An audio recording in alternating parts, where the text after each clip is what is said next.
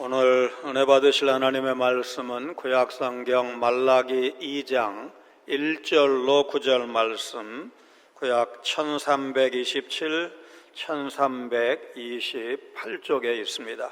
말라기 2장 1절로 9절 말씀, 저와 여러분 한 목소리로 봉독하시겠습니다. 1절입니다.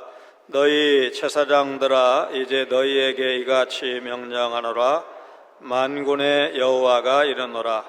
너희가 만일 듣지 아니하며 마음에 두지 아니하여 내 이름을 영화롭게 하지 아니하면 내가 너희에게 저주를 내려 너희의 복을 저주하리라. 내가 이미 저주하였나니 이는 너희가 그것을 마음에 두지 아니하였음이라. 보라, 내가 너희의 자손을 꾸짖을 것이요 똥 곧 너희 절기의 희생의 똥을 너희 얼굴에 바를 것이라. 너희가 그것과 함께 제하여 버림을 당하리라. 만군의 여호와가 이르노라. 내가 이 명령을 너희에게 내린 것은 레위와 세운 나의 언약이 항상 있게 하려 함인 줄을 너희가 알리라. 레위와 세운 나의 언약은 생명과 평강의 언약이라. 내가 이것을 그에게 준 것은 그로 경외하게 하려 함이라. 그가 나를 경외하고 내 이름을 두려워하였으며 그의 입에는 진리의 법이 있었고 그의 입술에는 불의함이 없었으며 그가 화평함과 정직함으로 나와 동행하며 많은 사람을 돌이켜 죄악에서 떠나게 하였느니라. 제사장의 입술은 지식을 지켜야 하겠고 사람들은 그의 입에서 율법을 구하게 되어야 할 것이니 제사장은 만군의 여호와의 사자가 됨이거늘 너희는 옳은 길에서 떠나 많은 사람을 율법에 거스르게 하는도다. 나 만군의 여호와가 이르노니 너희가 레위의 언약을 깨뜨렸느니라. 너희가 내 길을 지키지 아니하고 율법을 행할 때에 사람에게 치우치게 하였으므로 나도 너희로 하여금 모든 백성 앞에서 멸시와 천대를 당하게 하였느니라 하시니라. 아멘. 밀드레드 파슨스라는 여성은 워싱턴에 있는 미 연방수사국의 비서로 62년 9개월 이틀을 근무했습니다.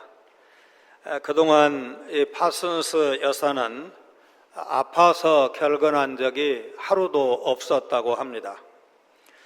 파슨스 여사는 2002년 88세의 나이로 은퇴했는데 FBI 역사상 가장 오랫동안 근무한 직원이라고 합니다. 아마도 이 여성도 직장에 가고 싶지 않은 날들도 있었을 것입니다. 그러나 어떻게든 출근을 했다는 것입니다. 미국이 정년 제도가 없어서 가능한 일이기도 합니다. 최근 시애틀 교구의 최장기 근속 기록 보유자인 84세의 말레타 이와식 할머니가 교사로 56년 근속하고 은퇴했다는 기사도 있습니다. 아메리칸 항공의 배트 넷이라는 분은 88세로 무려 67년간 항공 승무원으로 복무한 세계 최장기 근속 항공 승무원 기록을 보유한 채, 그러니까 현역으로 지난 5월 13일 세상을 떠났다고 합니다. 세 여성 모두 자기 임무에 충실한 사람이라는 공통점을 찾을 수가 있습니다. 우리 교회 고재만 장로님 17살에 사범학교 졸업하고 첫 발령지가 이제 전남 지역이었는데 그 학교에서 우리 이제 고인 되신 원로 목사님을 처음으로 만났다고 하셨고 우리 장로님 때는 만 65세에 은퇴를 하셨으니까 아마 49년 거의 50년 정도 근무하셨을 것 같습니다. 아마 우리 황종석 장로님 해화당도 금년에 57년이 된 것으로 기억을 합니다. 좀 다른 이야기지만 어제 소천하신 김용희 집사님은 1946년 12월생이신데 복중에 있을 때 어머니께서 우리 교회를 출석하기 시작하셔서 그러니까 갓난아기 때부터 어제까지 공예배에 빠지지 않고 또 새벽 기도에 빠지지 않고 열심히 신앙생활 하시다가 주님 앞에 가셨는데 아마 우리 교회 역사상 가장 오랫동안 우리 교회를 출석하신 그런 기록을 세우셨다고 생각을 합니다.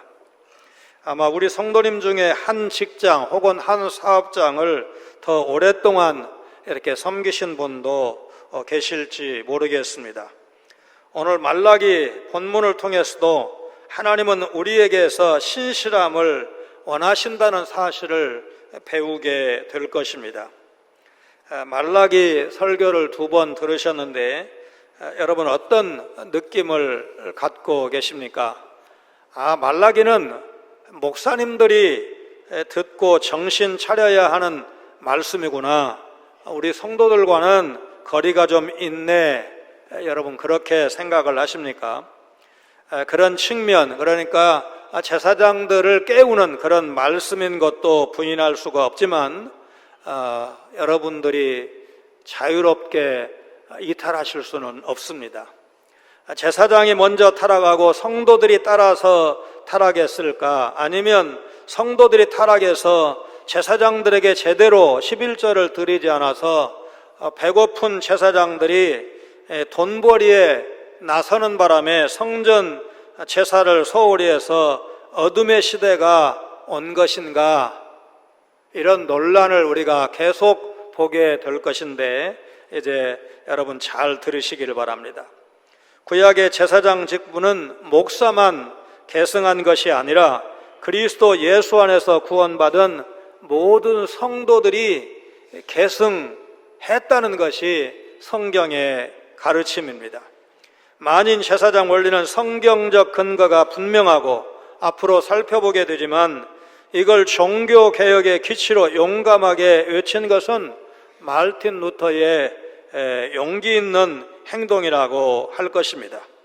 말라기 시대의 제사장들을 향한 여호와 하나님의 경고를 통해서 성도로서의 직무와 책임을 깊이 깨닫고 오늘 이 시대의 제사장으로서의 사명을 바로 감당하는 여러분들 되시기를 바랍니다. 약속된 메시아 언제쯤이나 오실까? 오랜 세월 메시아를 기다린 이스라엘 백성은 포로에서 돌아와 꿈에도 그리던 수룹바벨 성전이 재건되고 상당한 세월이 흘렀음에도 그 약속이 실현될 기미가 보이지 않자 모두 실망하고 지친 상태가 되었습니다.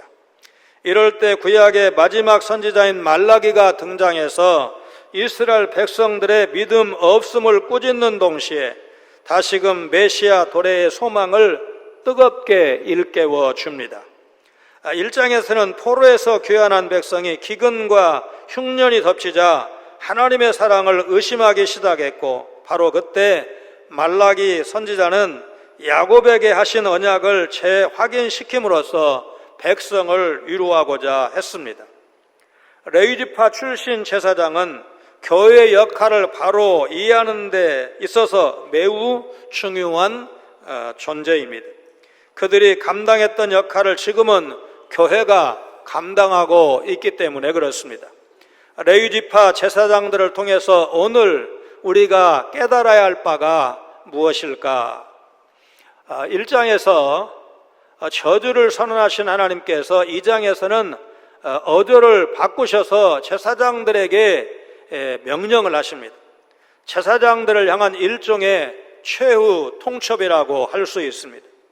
하나님은 제사장들의 명령을 듣고 회개하고 돌아오기를 원하시는데 이것은 하나님의 긍휼 때문에 그렇습니다. 2절에 내 이름을 영화롭게 한다는 말씀은 영광을 돌린다는 뜻입니다.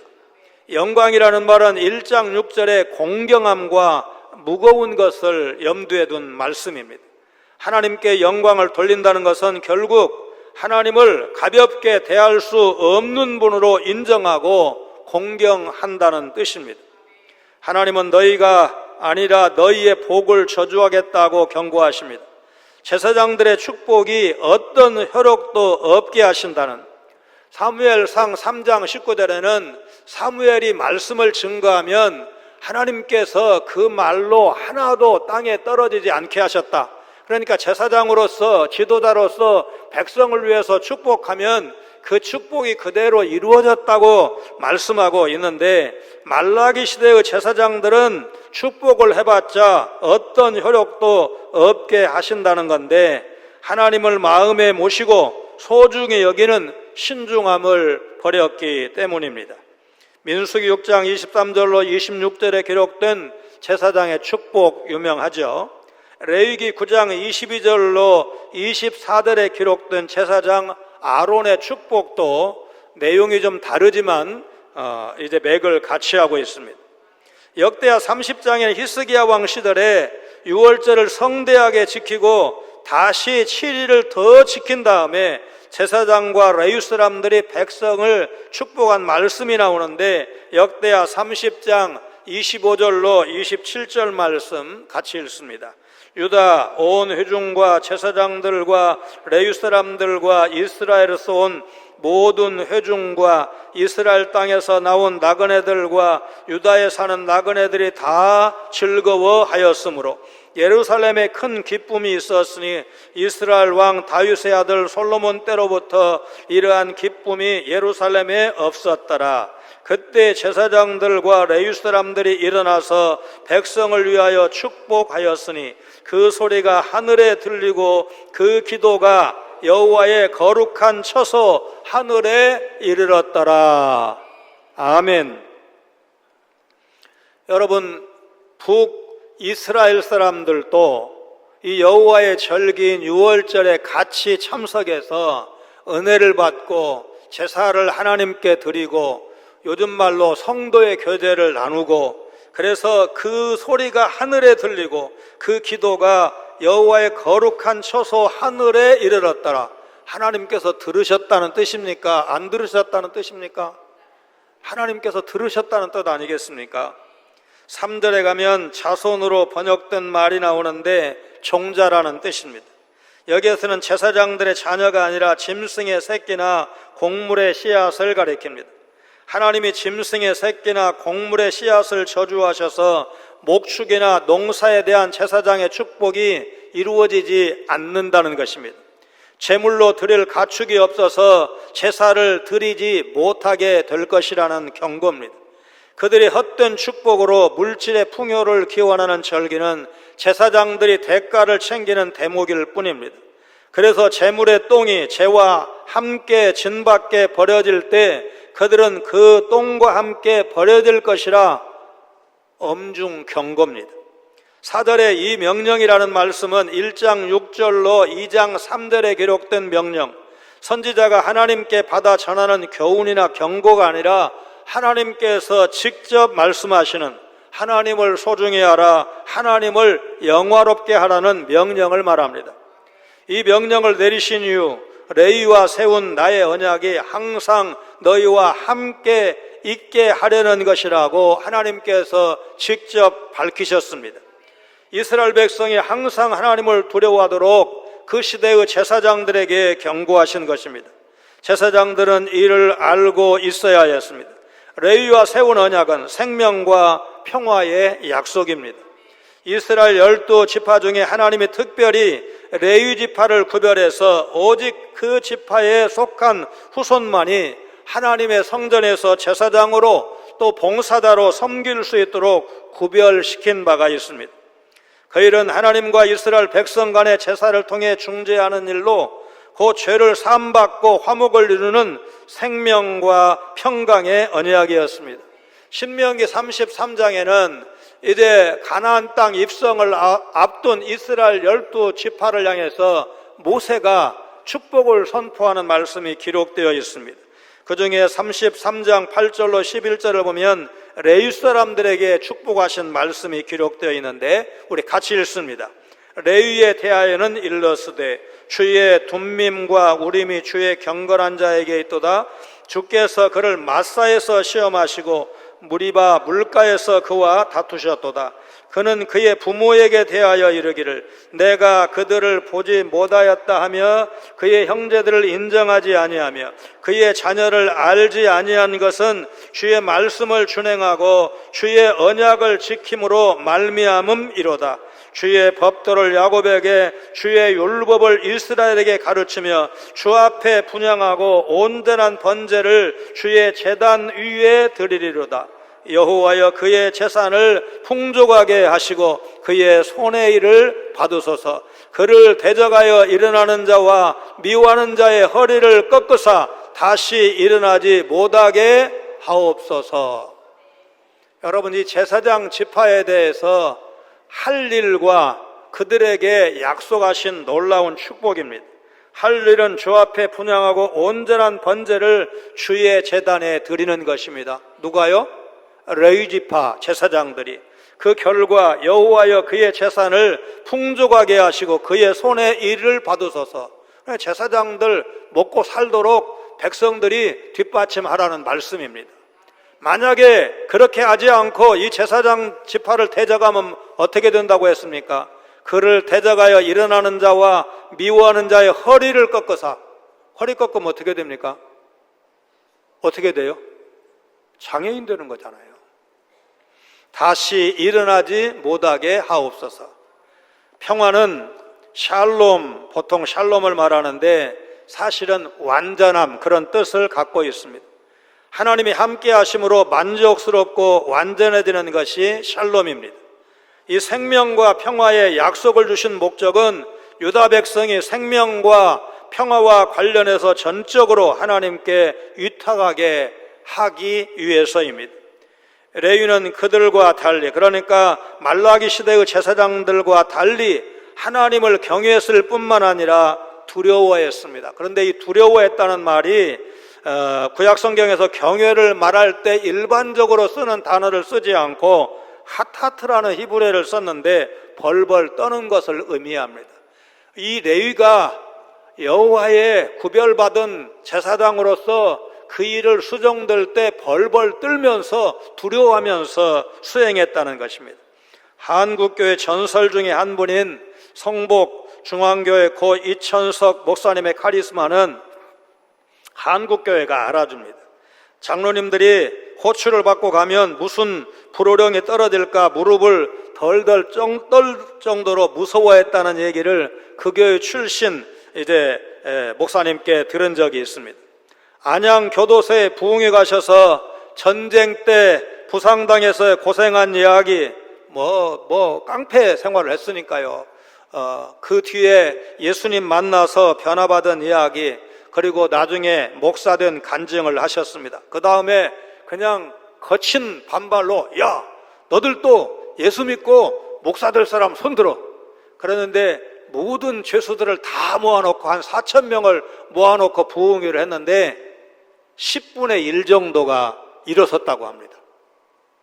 그럼 얼마입니까? 400명 정도 목사 되겠다 일어난 겁니다. 그때 이 광경을 지켜봤던 김진홍 전도사, 물론 나중에 이제 목사가 되지만 김진홍 전도사님이 속으로 기도했답니다. 하나님, 이 사람들 목사 되고 장로 되면 교회 큰일 납니다. 집사까지만 되게 해주세요. 그렇게 기도하셨다는 말씀을 이제 저희 신학대학원 채플에 오셔서 설교하신 적이 있습니다. 레위 지파 제사장들은 주님을 떠나지 않고 붙들기 위해서 주님의 엄위하신 이름 앞에서 벌벌 떨 정도로 깨어 있었습니다. 교회가 제사장같이 중재적 역할을 감당하는 것은 하나님께서 그분의 말씀, 곧 복음을 교회에 주셨기 때문입니다. 교회가 세상 어느 공동체보다 영광스럽고 존귀한 제사장인 것은 바로 하나님께서 이 복음을 교회에 주셨기 때문입니다. 그런데 이것은 특권인 동시에 책임도 따릅니다. 레위 제사장이 이 역할을 바로 감당하지 못했을 때 그들의 특권은 사라졌습니다. 그들은 버림받아서 그 제사장직을 잘 감당했을 때 주시겠다고 약속하신 생명과 평강을 잃어버렸습니다. 말라기 시대 제사장들의 실패는 바로 오늘 우리에게 타산지석의 본이 되어야 합니다. 출애굽기 19장 5절 6절과 베드로전서 2장 9절 10절 말씀을 통해서 하나님께서 복을 주셔서 제사장으로 구별해서 세워주신 것이 얼마나 큰 특권인지를 우리가 기억해야 합니다. 출애굽기 19장 5절 6절 같이 읽습니다. 세계가 다 내게 속하였느니 너희가 내 말을 잘 듣고 내 언약을 지키면 너희는 모든 민족 중에서 내 소유가 되겠고 너희가 내게 대하여 제사장 나라가 되며 거룩한 백성이 되리라. 너는 이 말을 이스라엘 자손에게 전할지니라. 하나님 말씀을 잘 듣고 지켜 순종하면 내 소유가 되리라. 제사장 나라가 되고 거룩한 백성이 되리라. 여러분 이 말씀 믿으시기를 바랍니다. 베드로전서 2장 9절로 10절 같이 읽습니다. 그러나 너희는 택하신 족속이요 왕같은 제사장들이요 거룩한 나라요 그의 소유가 된 백성이니 이는 너희를 어두운 데서 불러내어 그의 기이한 빛에 들어가게 하신 이에 아름다운 덕을 선포하게 하려 하심이라. 너희가 전에는 백성이 아니더니 이제는 하나님의 백성이요 전에는 긍휼을 얻지 못하였더니 이제는 긍휼을 얻은 자니라. 말라기가 제사장들에게만 주신 말씀이 아니라 신약시대에는 모든 성도가 하나님 앞에 부름받은 왕같은 제사장이기 때문에 오늘 목사에게만 이 말씀을 주신 것이 아니고 여러분에게, 나에게도 주신 말씀이다. 여러분 그렇게 믿으시기를 바랍니다. 우리는 하나님의 말씀을 듣고 지키고 세상에 전해야 합니다. 예수님은 부활하시고 승천하시기 직전에 제자들에게 마태복음 28장 20절을 보면 같이 읽습니다. 내가 너희에게 분부한 모든 것을 가르쳐 지키게 하라. 볼지어다 내가 세상 끝날까지 너희와 항상 함께 있으리라. 명령도 주셨고 가르쳐 지키게 하라 명령도 주셨고 세상 끝날까지 우리와 항상 함께 하시겠다고 약속도 하셨습니다. 복음은 우리가 받은 가장 소중한 사명이자 복이라는 사실을 여러분 기억하시기 바랍니다. 지난 코로나 팬데믹 기간을 지나면서 한국교회 성도들에게 주일 성수, 공적 예배 참석은 그동안에는 절대적 사명으로 여겨졌지만 이제 선택의 문제가 되어버렸습니다. 여러분 나는 특별한 사정이 있었습니다. 말하고 싶을 것입니다. 사실일 것입니다. 그러나 코로나 이후에 거의 모든 세대가 교회 예배로 복귀했지만 유독 30대, 40대 젊은이들이 제일 많이 돌아오지 않았고 그 자녀인 주일학교 학생들도 크게 감소했다는 것이 통계로 증명되고 있습니다. 1년에 10만 명 정도 인구가 줄어드는 것과 함께 아직 코로나 후유증을 완전히 극복하지 못한 한국교회 입장에서 일에 대한 심각성을 깨닫고 이 일을 해결하기 위해서 집중해야 할 것입니다. 6절의 진리는 참된 것을 말합니다. 법은 이제 토라, 히브리어는 토라라고 되어 있는데 던지다, 쏘다, 교훈하다 라는 뜻의 동사 야라의 명사형입니다. 여기서 법은 교훈을 뜻하는데 그렇다면 진리의 법은 참된 교훈을 말합니다. 5절에 언급된 생명과 평화 그리고 그에 따라 여호와를 경외하라는 교훈을 말합니다. 하나님은 레위의 입술에서 거짓이 발견되지 않았다고 인정하셨습니다. 이렇게 레위는 주님과 함께 온전히 평화 가운데 정직하게 변함없이 제사장의 길을 걸어왔던 것입니다. 그렇게 해서 그는 많은 사람을 죄로부터 회개하게 하는 그런 사명을 감당해 왔습니다. 여기에 죄악이라고 번역된 아운이라는 히브리어는 특별히 종교적 죄를 가리킵니다. 레위는 예전을 통해서, 그러니까 종교적 예배를 통해서 하나님을 경외하는 바른 교훈을 백성들에게 전했던 것입니다. 그래서 많은 사람을 거짓 종교의 죄에서 돌이키게 한 것입니다. 그것이 가능했던 것은 레위가 하나님 앞에서 벌벌 떨 정도로 하나님을 경외했고 하나님의 말씀을 두려웠기 때문입니다. 하나님은 제사장의 입술이 레위의 약속에 관한 지식을 소중하게 지켜야 한다고 7절에서 말씀하셨습니다. 제사장은 백성이 그 지식을 사모하며 그의 입을 간절한 마음으로 쳐다보게 해야 한다. 그러니까 제사장의 입을 간절한 마음으로 쳐다봐야 한다는 뜻이 무엇이겠습니까? 사도행전에 나오는 그 이방인들처럼 오셨으니 잘하였나이다. 우리가 당신 앞에 있습니다. 말씀하옵소서. 주의 말씀, 하나님의 말씀, 복음을 들려 주옵소서. 그렇게 베드로에게 요청했던 그 이방인들처럼 말씀 듣는 일을 사모하는 그런 상태로 만들었어야 하는데 그렇지 않았다는 것입니다. 여기에서도 율법은 교훈을 의미합니다. 그런데 말라기 시대의 제사장들에게서는 여호와의 뜻과 말씀에 관한 지식을 찾을 수가 없었고 여호와께서 선물로 주신 율법도 찾아볼 수가 없었습니다. 그 율법을 연구하고 묵상할 시간에 돈 벌러 나가버렸습니다. 참으로 제사장들은 본래부터 만군의 여호와로부터 보냄받은 사자였으나 말라기 선지자가 볼 때 그들은 여호와의 사자라고 보기는 어려운 사람들이었습니다. 선지자나 사사나 이스라엘의 지도자를 여호와의 사자라고 표현한 성경은 많이 찾을 수가 있지만 제사장을 여호와의 사자라고 묘사한 것은 드문 경우입니다. 제사장은 여호와의 말씀을 말과 행동으로 백성에게 전해야 하는 여호와의 사자입니다. 그런데 다른 사람들을 가르쳐야 할 그들이 오히려 바른 길에서 떠났을 뿐만 아니라 많은 사람에게 율법을 버리고 곁길로 가도록 가르쳤습니다. 제사장은 백성이 그의 입으로부터 여호와를 경외하라는 교훈을 간절히 구하게 해야만 했습니다. 제사장의 임무는 제사 집례가 전부가 아니었습니다. 그들은 하나님의 전달자로서 그 교훈을 백성에게 전함으로써 백성들로 하여금 생명과 평화의 길로 가도록 인도해야만 했습니다. 오늘을 살아가는 제사장으로서 우리 성도들의 가장 중요한 책임은 무엇입니까? 구약의 제사장들은 하나님을 경외함으로 그분께 받은 진리의 말씀을 지키고 화평과 정직으로 하나님과 동행하며 그 말씀을 따라야 했습니다. 이런 방식으로 보존된 말씀 덕분에 모든 이스라엘 자손이 율법을 배워서 적어도 레위 시대에는 죄에서 떠날 수가 있었던 것입니다. 우리의 가장 중요한 사명은 한 영혼을 귀하게 여기고 그들을 복음을 전함으로 인해서 하나님 앞에 돌아오도록 하는 것인데 그것 못지않게 중요한 것은 복음을 변질시 않고 그 복음을 대대로 물려주는 것입니다. 더 많은 현대인이 복음을 알기 쉽도록 새롭게 수정하는 것이 불가피하다 주장하는 사람들이 있습니다. 죄나 하나님의 진노, 심판, 행위로는 의롭다함을 받을 수 없음, 오직 믿음으로 구원받음, 예수님을 주님으로 섬길 때 감수해야 할 고난이 있다는 것, 복음에서 빼고 싶은 유혹을 받게 되는 것입니다.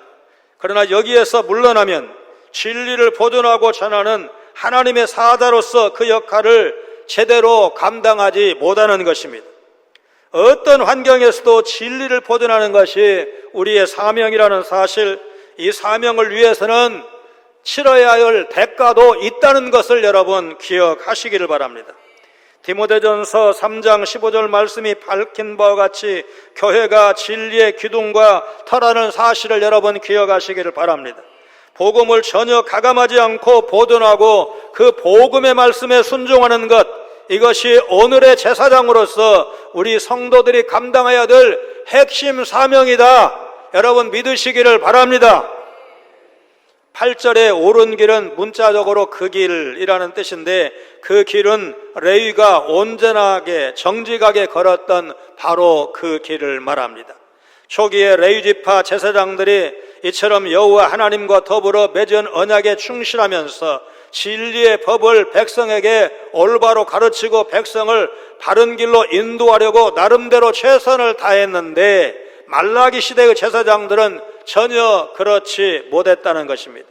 수르라는 히브리어는 뒤돌아 떠나다 배반하다라는 뜻을 갖고 있습니다.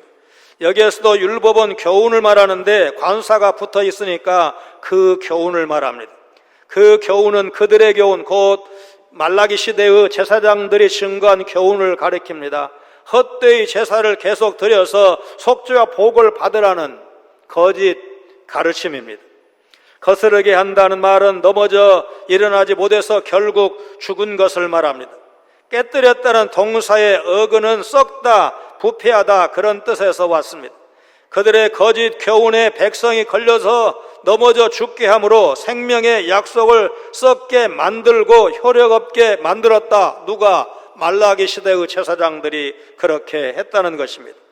그들의 죄악은 생명과 평화앞을 가로막고 그들을 썩게 만들어서 자신과 백성을 함께 멸망시키는 큰 죄를 지었다는 것입니다. 9절 하반절에 멸시와 천대를 당하게 하였느니라.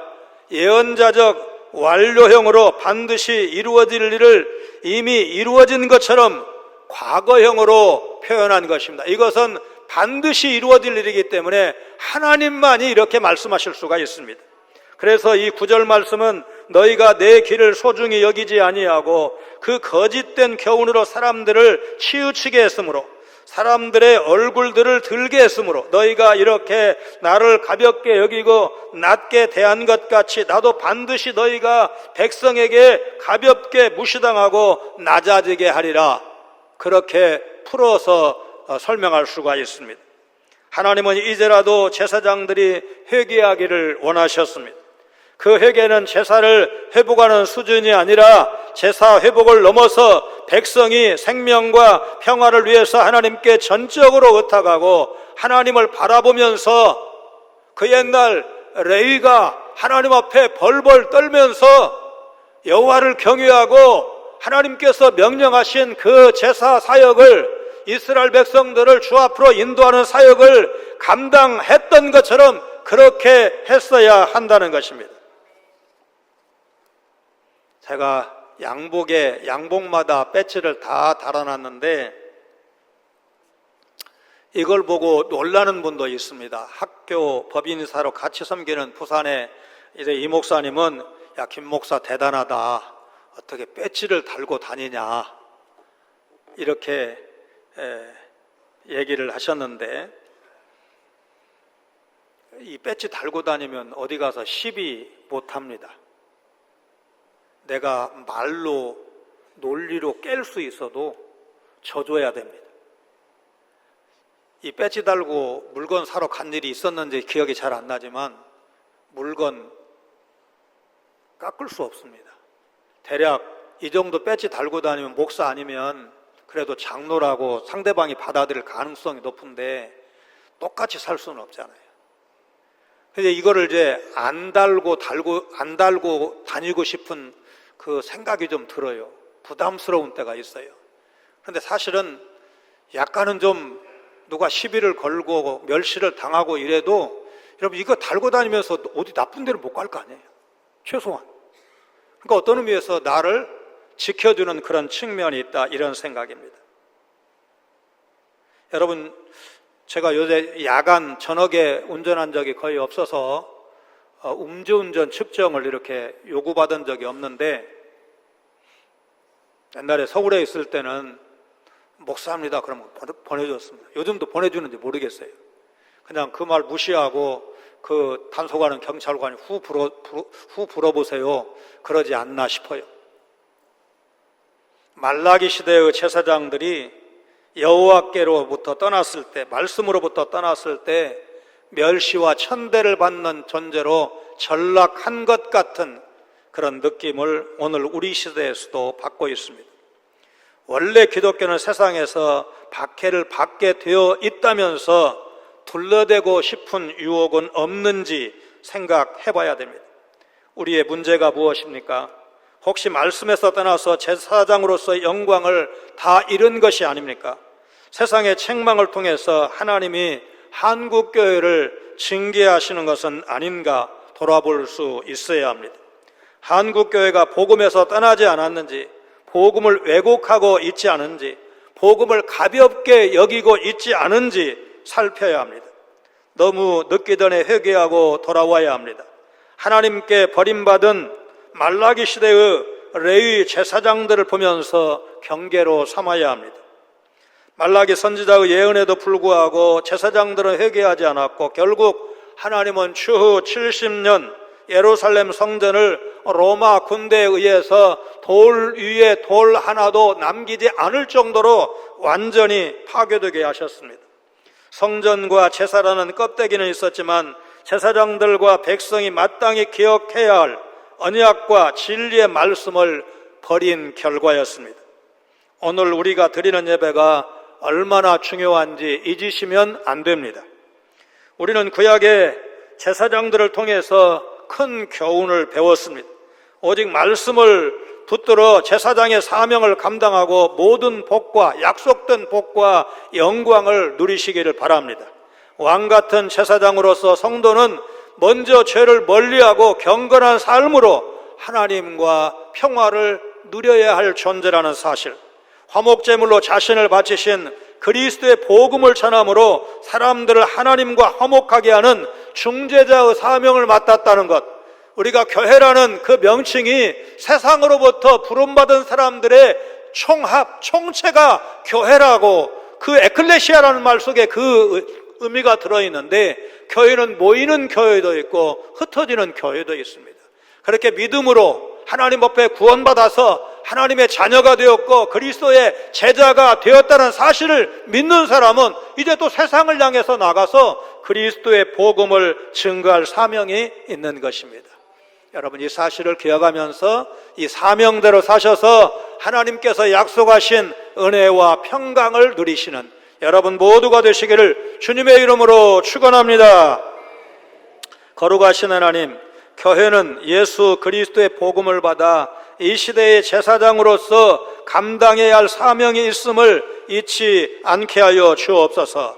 교회가 그 말씀을 순전히 보존해서 다음 세대에게 가감없이 물려줄 역사적, 시대적인 책임이 있다는 사실을 기억하며 교회 학교와 사랑하는 우리 자녀들이 말씀을 믿고 순종하는 삶을 살아가는 이를 위해서 우리가 더 많은 관심을 기울이도록 인도하여 주옵소서. 교회가 말씀을 버리거나 말씀을 가볍게 여기면 하나님께로부터 버려져 세상의 천대와 멸시를 받는 골칫덩어리로 전락되는 것을 기억하며 말씀 중심의 거룩한 교회로 든든히 서가도록 우리 모두 말씀을 읽고 말씀을 듣고 말씀을 묵상하며 그 말씀을 다음 세대에게 가르쳐 물려주는 일을 열심히 할 것을 결심하게 하시고 깨어있는 예배자로 주 앞에 서게 하여 주옵소서.